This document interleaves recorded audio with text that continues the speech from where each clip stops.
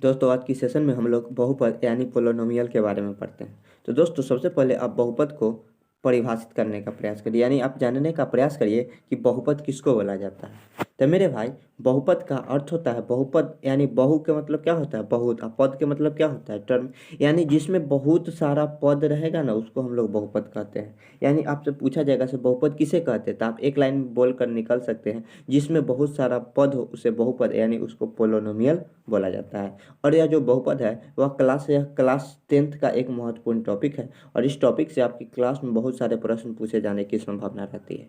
तो आइए हम लोग जानने का प्रयास करते हैं बहुपद यानी पोलिनोमियल किसको बोला जाता है।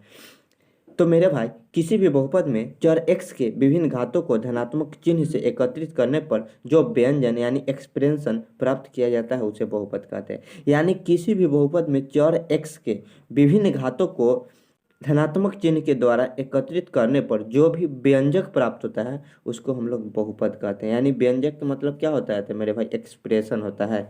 तो बहुपद एक प्रकार का व्यंजक के द्वारा ही प्राप्त किया जाता है। उसके बाद आपका बहुपद का क्या परिभाषा कहा जाता है। बहुपद का परिभाषा कहा जाता है यदि किसी भी बहुपद में चर x के लिए अगर वह पी एक्स बराबर एक जीरो एक्स के power n plus a one x के power n minus one plus a two x के power n minus two plus dot dot plus a n minus one x के power one plus a n के रूप के संख्या को क्या कहा जाता है, बहुपद कहा जाता है। जहाँ जो n होता है वह एक पूर्ण संख्या है। यानी बहुपद होने के लिए जो x का मान होगा, x का जो मान होगा वह मेरे भाई पूर्ण संख्या होना चाहिए, तभी वह बहुपद कहलाएगा, अन्यथा बहुपद नहीं कहलाएगा। तो आइए हम लोग जानने का प्रयास करेंगे कि बहुपद किसको बोला जाता है और बहुपद किसको नहीं बोला जाता है। तो मेरे भाई, जो बहुपद का कंडीशन होता है वह कहा जाता है यदि किसी भी बहुपद में चर x का मान अगर वह पूर्ण संख्या होती है तो वह बहुपद कहलाती है। यानी किसी भी बहुपद में अगर चर x का मान अगर वह पूर्ण संख्या होता है तब वह बहुपद कहलाता है, अन्यथा वह बहुपद नहीं कहलाता है। यानी किसी भी बहुपद में चर x का मान होना चाहिए ना, वह पूर्ण संख्या होना चाहिए। यानी पूर्ण संख्या यानी क्या चीज़, होल नंबर। तो पूर्ण संख्या किसको कहा जाता है, यानी मेरे भाई जो x है, x का मान आपको 0 1 2 3 यानी इन सभी में अगर x का मान अगर यह सभी रहता है तो वह बहुपद कहलाता है। लेकिन इसके विपरीत यदि x का मान मेरे भाई 1 में रूट एक्स एक्स की पावर माइनस अगर इस रूप में रहता है तो वह बहुपद नहीं कहलाता है, और इस रूप में रहता है तो वह बहुपद कहलाता है। तो यहाँ देखिए इसका क्या परिभाषा दिया जा रहा है, यदि किसी भी बहुपद में चर x का मान पूर्ण संख्या होती है तो वह बहुपद कहलाता है। एग्जाम्पल के तौर पर दिया गया है 2x² प्लस 5x प्लस 3, यानी जो यहाँ चर दिया गया है इसमें x का मान पूर्ण संख्या है, यहाँ 2 दिया गया है, यहाँ 1 दिया गया है, और यहाँ x के पावर 0 दिया गया है। यानी जो भी चर है इसमें सभी जो x का मान है वह एक न पूर्ण संख्या है। इसके अलावा यहाँ दिया गया है x² प्लस 5, यानी ये भी जो संख्या है वह एक पूर्ण संख्या, यानी x का पावर कितना है 2 है, और जो 2 एक पूर्ण संख्या होती है। इसके विपरीत दूसरा में दिया रहा है यदि किसी भी बहुपद में चर x का मान पूर्ण संख्या नहीं होता है तो वह बहुपद नहीं होता है। जो एग्जाम्पल के तौर पर दिया गया है x² प्लस में 2 root x plus 3, x² plus root under 5x plus 4, यानी यहाँ जो चर दिया गया है वह एक रूट में दिया गया है, और यहाँ भी चर दिया गया है यह रूट में दिया गया है, और रूट में देने के कारण यह क्या होगा, बहुपद नहीं होगा। और हम लोग बहुपद नहीं होने का कंडीशन जानते हैं, क्योंकि बहुपद कब नहीं होता है, जब वह x संख्या जो चर होता है वह रूट में रहे, या जो चर बटा में रहे, या चर के पावर माइनस रहे, या जो x है वह बटा में पावर रहे। तो इन सभी के रूप में रहता है तो वह बहुपद नहीं कहलाता है। इसको आप अच्छी तरह से ध्यान से देखने का प्रयास करिए, और अगर आपको समझ में आता है तो ये वीडियो को जरूर से जरूर लाइक और शेयर करने का प्रयास करिए, ताकि आप जो भी आपका साथी है वह यह वीडियो के माध्यम से उनके पास कुछ नॉलेज हासिल हो जाएगा, जिससे वह एग्ज़ाम में जाने के बाद बेहतर कर सकते हैं। तो मेरे भाई, हम लोग इतना पढ़ चुके हैं क्या है कि बहुपद किसको बोला जाता है, बहुपद की क्या क्या पहचान होता है। तो मेरे भाई, अब हम लोग बहुपद की घात यानी डिग्री के बारे में पढ़ते हैं, जिसको डिग्री ऑफ पोलिनोमियल कहा जाता है। यानी बहुपद का कुछ घात भी होता है, यानी किसी भी बहुपद में सबसे बड़े घात वाले पद को उस बहुपद का घात कहा जाता है। यानी किसी भी बहुपद में ना जो सबसे बड़े घात होगा उसी घात को उस बहुपद का घात कहलाता है। तो यहाँ एग्जाम्पल दिया गया है x³ + 3x² + 2x + 5, यानी यह बहुपद जो दिया गया है इसमें जो चर x है इसका अधिकतम घात कितना है, तो मेरे भाई अधिकतम यानी सबसे ज़्यादा कितना है 3 दिया गया है, इसलिए इस बहुपद का अधिकतम घात 3, अधिकतम घात 3 है, इसलिए यह बहुपद को त्रिघात बहुपद भी कहा जाता है।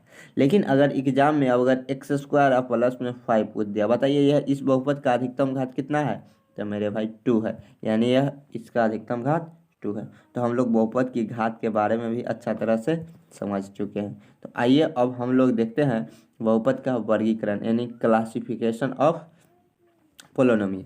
तो मेरे भाई हम लोग बहुपद का वर्गीकरण दो तरह से करते हैं, जिनमें से पहला तरीका एक पदी बहुपद है, यानी पद के अनुसार हम लोग बहुपद का क्लासिफिकेशन करते हैं।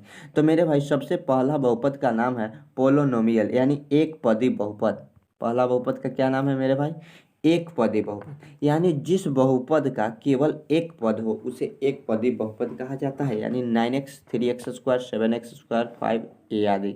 यानी अगर एक पदी बहुपद का बात किया जाए तो अगर किसी भी बहुपद में अगर चर x यदि जिस बहुपद में केवल एक पद हो उसे एक पदी बहुपद कहते हैं। यानी एक बात बताइए, यहाँ दिया गया है 9x, यहाँ कितना दिया गया है 9x दिया गया है। यहाँ देखिए यह कई गो पद है, तो मेरे भाई एक पद है इसलिए इसको एक पदी बहुपद कहा जाता है। यानी जिस बहुपद में केवल एक पद उपस्थित हो उसे एक पदी बहुपद कहते हैं। यहाँ 3x³ ये भी एक पद है, 7x² ये भी एक पद है और 5 ये भी एक पद है, यानी इन सभी को एक पद कहा जाता है, इसलिए इन सभी को एक पदी बहुपद कहा जाता है। लेकिन अगर एग्जाम में अगर आपसे पूछ लेगा x² + 5, बताइए इस बहुपद का कई गो पद है, तो मेरे भाई यह एक पद और यह एक पद, यानी यह दो पद है, यानी द्विपदी बहुपद है। तो एक पदी बहुपद हम लोग समझ चुके हैं। तो आइए हम लोग द्विपदी बहुपद यानी बाइनोमियल के बात करेंगे। तो जिस बहुपद में एक पद रहता है उसको एक पदी बहुपद कहते हैं, और जिस बहुपद में केवल दो पद रहेगा उसे द्विपदी बहुपद कहते हैं। यानी x + 2 3x⁴ + 2x 3 माइनस में 9x, यानी इन सभी में दो दो पद है, इसलिए इन सभी को द्विपदी यानी बाइनोमियल कहा जाता है। नेक्स्ट है त्रिपदी बहुपद यानी ट्राइनोमियल, यानी जिस बहुपद में केवल तीन पद हो उसे त्रिपदी बहुपद कहते हैं। x³ + 3x² + 2 2x⁴ + 5x³ + 4, यानी इस बहुपद में तीन को पद दिया गया है, इसलिए इसको त्रिपदी बहुपद कहा जाता है। तो अगला नेक्स्ट है जो बहुपद है उनका कहा जाता है शून्य पदी बहुपद। शून्य पदी बहुपद यानी जीरो पोलिनोमियल, जिस बहुपद के सभी गुणांक शून्य होता है उस बहुपद को शून्य पदी बहुपद कहते हैं। यानी 0x² + 0x + 0 या 0m³ + 0m² + 0।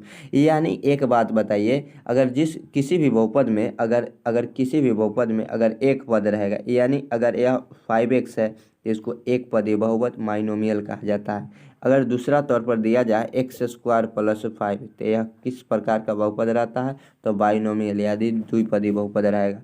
लेकिन अगर यही बहुपद में दे दिया जाए x³ अब प्लस में 5x² अब प्लस में 6, तो यह मेरे भाई ट्राइनोमियल या त्रिपदी बहुपद कहा जाता है। लेकिन अगर जिस बहुपद का सभी गुणांक अगर शून्य होता है उसे जीरो बहुपद यानी शून्य पोलिनोमियल कहा जाता है। तो एक पद रहता है उसको रैखिक बहुपद कहते हैं, दो गो पद रहेगा उसे द्विपदी बहुपद कहते हैं, तीन गो पद रहेगा उसे त्रिपदी बहुपद कहते हैं, जिसका सभी गुणांक शून्य होगा उसे जीरो पोलिनोमियल कहा जाता है। तो उम्मीद करते हैं कि ये भी बात आप समझ गए होंगे।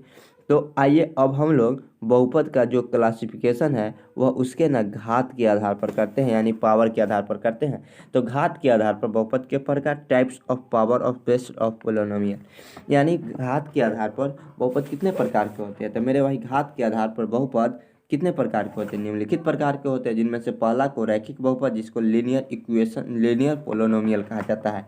यानी रैखिक बहुपद जिसको लीनियर पोलिनोमियल कहा जाता है, यानी जिस बहुपद के अधिकतम घात एक हो उस बहुपद को रैखिक बहुपद कहा जाता है। यानी जिस बहुपद का अधिकतम घात एक होता है उसको रैखिक बहुपद कहता है। यानी ax प्लस में b, यह जो बहुपद दिया गया है इस बहुपद में जो चर x है इसका अधिकतम घात मेरे भाई एक है, इसलिए इस बहुपद को रैखिक बहुपद कहा जाता है। और रैखिक बहुपद का व्यापक रूप x + b होता है, यानी जो x बराबर होता है उसका -b/a होता है। यानी रैखिक बहुपद का शून्य क्या होता है, तो x बराबर -b/a होता है। तो अगर आपसे पूछा जाएगा रैखिक बहुपद लीनियर इक्वेशन किसे कहते हैं, तो जिस बहुपद का अधिकतम घात 1 होता है उसको रैखिक बहुपद कहा जाता है, और रैखिक बहुपद का केवल और केवल एक शून्यक होता है, यानी जिसका जितना घात होता है मेरे भाई ना उसका उतना ही शून्यक होता है। तो यहाँ रैखिक बहुपद का कितना घात दिया जाता है, 1 घात दिया जाता है, इसलिए इसको रैखिक बहुपद कहा जाता है। और इस बहुपद को कई गो पद है, एक पद और एक पद यानी द्विपदी बहुपद कहा जाता है। इसका एक शून्य x बराबर -b/a होता है।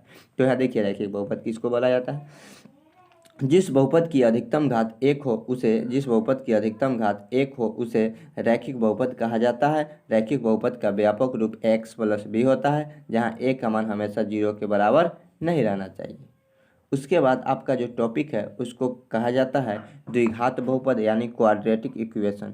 द्विघात बहुपद यानी क्वाड्रेटिक इक्वेशन, तो जिस बहुपद की अधिकतम घात 2 हो उस बहुपद को द्विघात बहुपद कहा जाता है।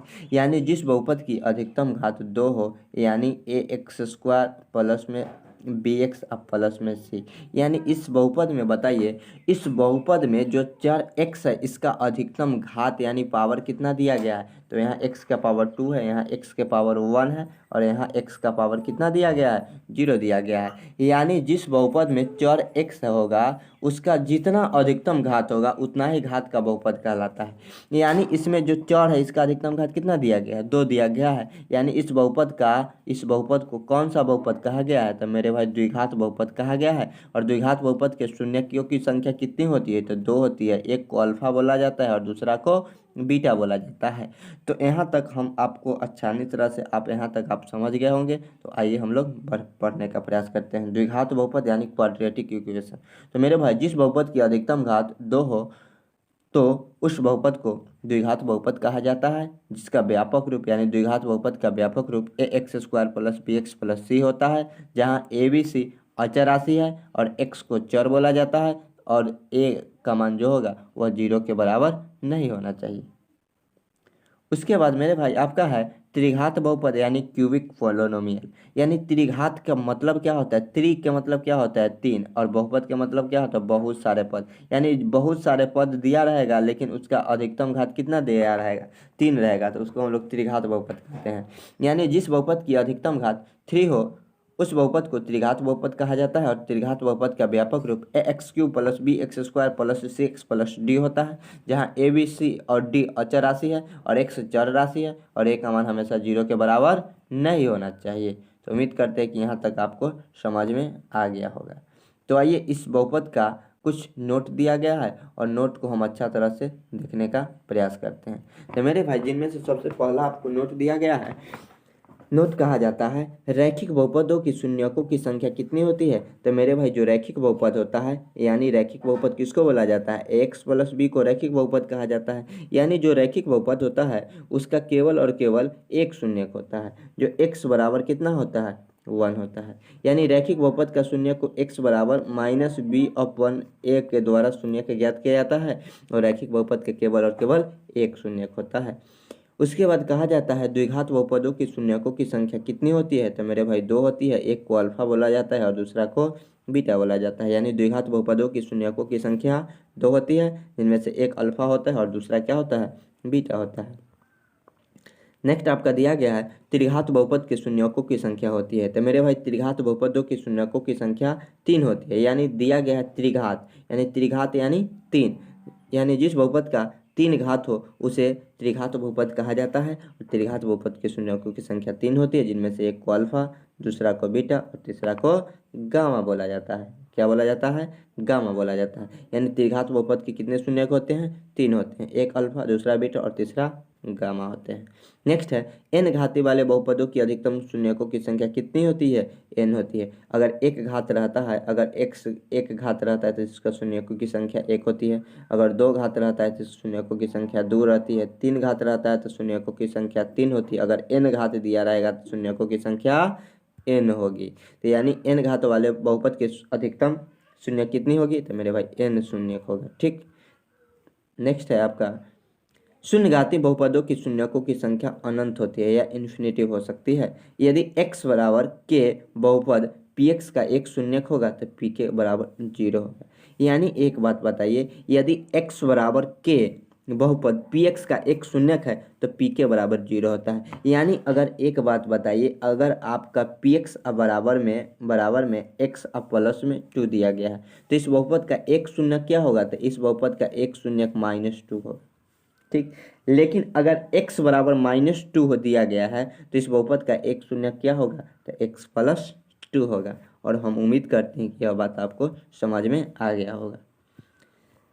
नेक्स्ट आपका है एक बहुपद px के लिए px के शून्यक उन बिंदुओं को x निर्देशांक होते हैं। यानी एक बहुपद px के शून्यक उन बिंदुओं के x निर्देशांक होते हैं और एक घात वाली बहुपद का ग्राफ सरल रेखा होता है। यानी रैखिक बहुपद का ग्राफ सरल रहता है और द्विघात बहुपद का ग्राफ क्या होता है, तो मेरे भाई द्विघात बहुपद का ग्राफ यूनियन या इंटरसेक्शन होता है। यानी परवलय होता है।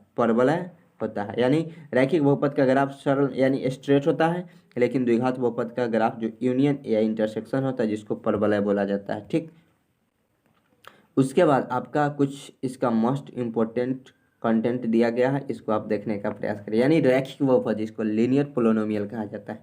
यानी रैखिक बहुपद का जो व्यापक रूप होता है वह x+b होता है और x+b का एक शून्यक जो होता है वह x बराबर -b/a होता है। यानी अगर रैखिक बहुपद दे दिया जाए, अगर उसको आपको शून्यक ज्ञात करने के लिए कह दिया जाए तो उसमें शून्यक होता है उसका x बराबर -b/a। यानी b और a, यानी a बराबर क्या होता है, तो मेरे भाई x का गुणांक, और b क्या होता है, कांस्टेंट यानी अचराशी होता है। तो दूसरा नंबर दिया गया है द्विघात बहुपद यानी क्वाड्रेटिक इक्वेशन। यानी द्विघात बहुपद किसको बोला जाता है, तो मेरे भाई द्विघात बहुपद का जो व्यापक रूप होता है वह ax² + bx+c होता है और जहाँ x का मान होगा ना वह मेरे भाई 0 के बराबर नहीं होना चाहिए। और यहाँ से आपका a का मान पूछ लेगा तो a का मान क्या होता है, तो मेरे भाई x² का गुणांक। यानी a बराबर क्या होता है, x² का गुणांक। यानी a बराबर होता है कोफिशिएंट ऑफ x²। उसी प्रकार b बराबर क्या होता है, x का गुणांक यानी कोफिशिएंट ऑफ b बराबर क्या होता है मेरे भाई, b बराबर क्या होता है, तो b बराबर होता है x का गुणांक यानी कोफिशिएंट ऑफ x।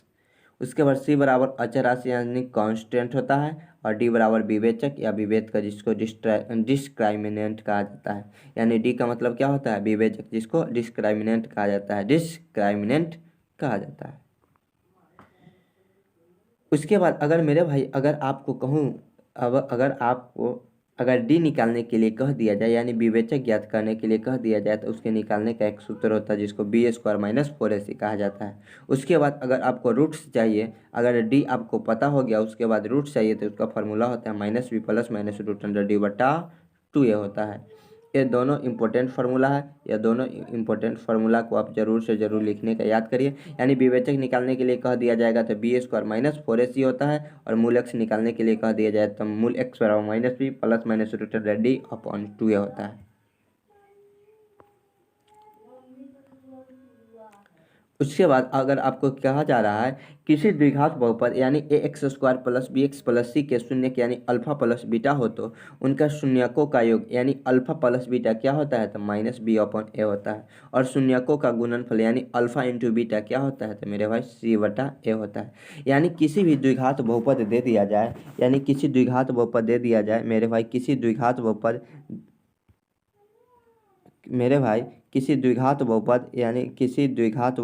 दे दिया जाए, किसी द्विघात बहुपद यानी ax² अब प्लस में bx अब प्लस में c दे दिया जाए और आपसे पूछ लेगा अल्फा प्लस में बीटा बताइए। यानी द्विघात बहुपद के दो शून्यक होता है, एक अल्फा होता है और दूसरा बीटा होता है। यानी शून्यकों का योग पूछ लिया जाए यानी अल्फा प्लस बीटा पूछ लिया जाए तो उसका फार्मूला -b/a होता है। दूसरा नंबर में यानी अल्फा इंटू में बीटा पूछ लेगा, यानी दो शून्यक है, अल्फा इंटू बीटा माने गुना, अल्फा और बीटा का गुना, तो इसका फार्मूला क्या होता है, c/a होता है। और उम्मीद करते हैं कि यह बात आप समझ चुके होंगे। ठीक, उसके बाद अगर आपको दे दिया जाए यदि किसी द्विघात बहुपद के शून्यकों का योगफल तथा गुणनफल हो तो द्विघात समीकरण क्या होता है, x² - alpha plus beta × x alpha × beta बराबर 0।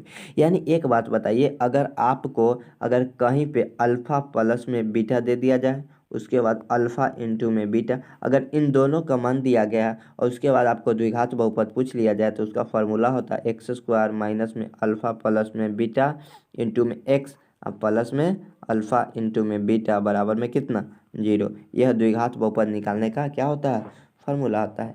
यानी अल्फा प्लस बीटा मूल्यों का यानी शून्यकों का योग और शून्यकों का गुणनफल दिया जा रहा है। तो उसके बाद आप इस फार्मूला पर पुट कर दीजिए, यानी x square minus alpha plus beta into x alpha into beta बराबर 0 होता है। उसके बाद आपको दिया गया है यदि किसी त्रिघात बहुपद यानी x cube plus b x square plus c x plus d के शून्यक अल्फा बीटा गामा होता है। यानी द्विघात बहुपद के दो गो शून्यक होता है, एक को अल्फा और एक को बीटा बोला जाता है। लेकिन त्रिघात बहुपद के तीन शून्यक होता है, जिनमें से एक को गामा बोला जाता है। क्या बोला जाता है गामा बोला जाता है। तो अगर आपसे पूछा जाएगा से alpha plus beta plus gamma क्या होता है तो माइनस बी बटा ए होता है। यानी अल्फा प्लस बीटा प्लस में गामा, यानी किसी भी त्रिघात बहुपद के कितने शून्यक होते हैं 3 शून्यक होते हैं, और सभी शून्यकों का जोड़ पूछ लेगा तो माइनस में बी बटा ए होता है। यानी alpha plus beta plus gamma, यानी तीनों बहुपद का शून्यक कितना होता है माइनस बी बटा ए। लेकिन द्विघात बहुपद के शून्यकों का योग अल्फा प्लस बीटा ए भी मेरे भाई माइनस बी बटा ए होता है। तो आप याद के ले रहिएगा अल्फा प्लस बीटा क्या होता है तो माइनस बी बटा ए। तो उसी प्रकार यहाँ गामा जुड़ जाएगा, वो भी माइनस बी बटा ए। तो उम्मीद करते हैं कि ये दोनों फार्मूला आपको याद हो चुका होगा। उसके बाद यहाँ दिया गया है अल्फा इंटू बीटा, दिया गया है अल्फा इंटू में beta, beta into gamma, gamma into alpha. यानी मेरे भाई अल्फा इंटू में बीटा प्लस में बीटा इंटू में गामा प्लस में गामा इंटू में अल्फा, यानी सभी का गुणनफल अगर पूछ लेगा तो क्या होता है तो सी अपॉन ए होता है। यानी मूलों का गुणनफल क्या होगा, यदि त्रिघात बहुपद के मूलों का गुणनफल सी अपॉन में ए होता है और योगफल कितना होता है माइनस बी अपॉन ए होता है। तो उम्मीद करते हैं कि यह बात आप समझ गए होंगे। और तीसरा नंबर में alpha into beta into gamma क्या होता है तो माइनस डी बटा ए होता है। Alpha into beta into gamma क्या होता है तो माइनस डी बटा ए होता है। और त्रिघात बहुपद x Q minus alpha plus beta plus gamma into x square plus alpha into beta alpha into gamma beta into gamma into x minus alpha into beta बराबर 0। और आपका जो द्विघात बहुपद से रिलेटिव जितना भी आपका इंट्रोडक्शन वीडियो के माध्यम से जितना आपका महत्वपूर्ण टॉपिक्स है, इन सभी टॉपिक के इस माध्यम के थ्रू, यह वीडियो के थ्रू आपका बताया गया है। यह वीडियो को पूरा से पूरा जरूर देखने का प्रयास करिए। जय हिंद, जय भारत।